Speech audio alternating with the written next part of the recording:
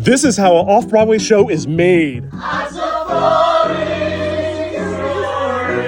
Z Follies Doree is one of those magical shows you must see while you're in New York City. It started as a group of friends making a fun night of entertainment in their living room, but the show grew and grew, and now it's making its off-Broadway debut. But how does a show like this even get made in the first place? The initial inspiration when we were driving down in the car was like, I wrote a cabaret-style song about drinking wine, and I feel like it would work really well with that French character that you came up with last night. Start with that as kind of a model, like an old-style cabaret, and let's just do it in my living room. We just packed people into my living room, got all the chairs that we could. We had like the best night of our lives, just like sharing comedy and music with people, but it was so hodgepodge, Yeah, it was almost more of like a Robot Chicken special. I think we have a really special community here at the Follies because you can feel the love off stage as well. You really can. That's why I really love about the show. It feels like it's a group of friends making something magical. Yes, exactly. So how do you end up getting connected with Tom and Carl? Well, I was in Carl's graduating class, and Tom was the year above me in college. I remember in college our professors saying, be nice to everybody.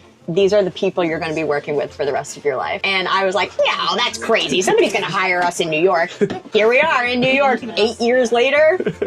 Working together. And what do you do as an actor to prepare? Chugging as much caffeine as I can, and then doubling up on the water because I've had too much caffeine, and then taking some deep breaths and calling my mom. So you're singing, dancing, and acting at the same time. At the same time. Lots to do. All at once. It's like... What's the hardest part? The tap dancing.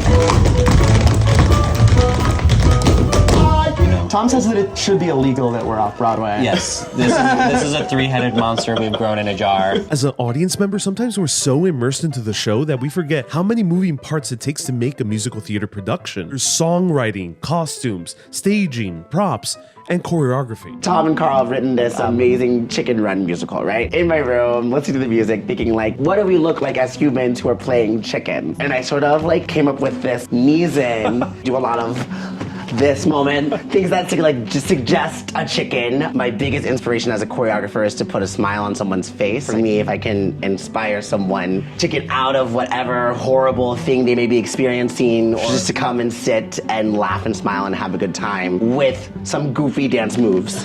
Just like in Singing in the Rain, make them laugh. Yes! Grew up with that one. Exactly.